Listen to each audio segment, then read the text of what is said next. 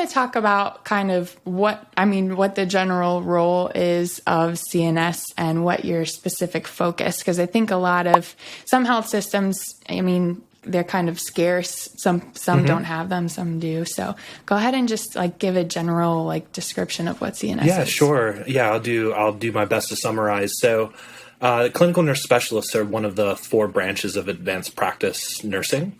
So everyone's very familiar with nurse practitioners, probably as familiar with certified nursing anesthetists.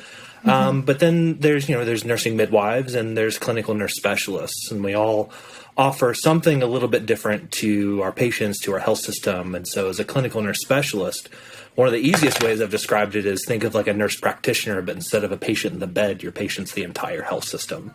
And so I think that's no pressure. But if I'm imagining the avenues that I affect patient care, yes, of course I do it directly, but I'm definitely helping form policies involving practice, keeping up with evidence-based literature, generating primary evidence as well to contribute to the body of science. And so, we're trained in advanced patho, advanced pharmacology. In my state, we've just received prescriptive authority. And so we're pretty much able to practice at the top of our license like our peer practitioners.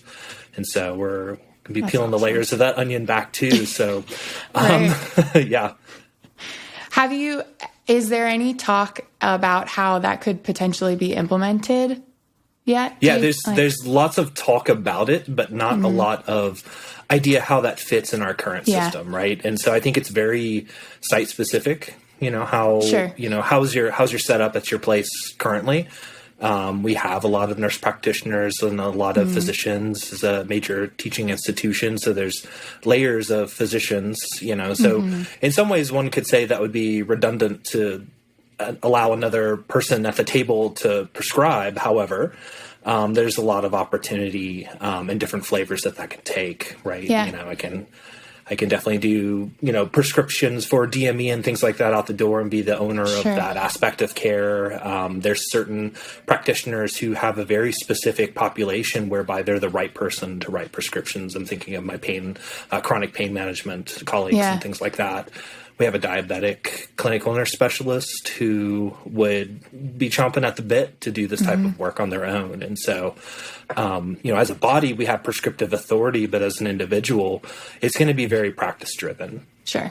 Yeah. And I think that's a testament to kind of the CNS role in general, right? Like you kind of see a need for a position and you fill it. You see a problem and you fix it. You see a lack of education somewhere and you facilitate that. I feel like that's kind of, in my experience, that's kind of what I've seen. Every CNS is different.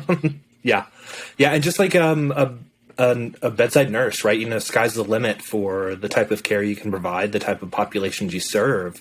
And, being in the confines of a single unit or a single practice is helpful when you get started, but as soon as you get there, it's very quick to realize how you're defining the style and art of the nurse that you are, even in your domain. In my role as a critical care practitioner at the bedside, one of my biggest identifiers was the gap between acute care and critical care. Our facility didn't have an intermediate care space, right? And so there were a lot of patients who were going out at the tail end of critical care, sight unseen, and then, we'd see them a day or two later and wonder, that didn't quite go well. And then over the years, you pay attention and you kind of learn and follow your patients and realize there's more outside, right? And so, identifying those practice gaps and applying some evidence-based practice and through the lens of a clinical nurse specialist helps focus the outcomes, right? Yeah.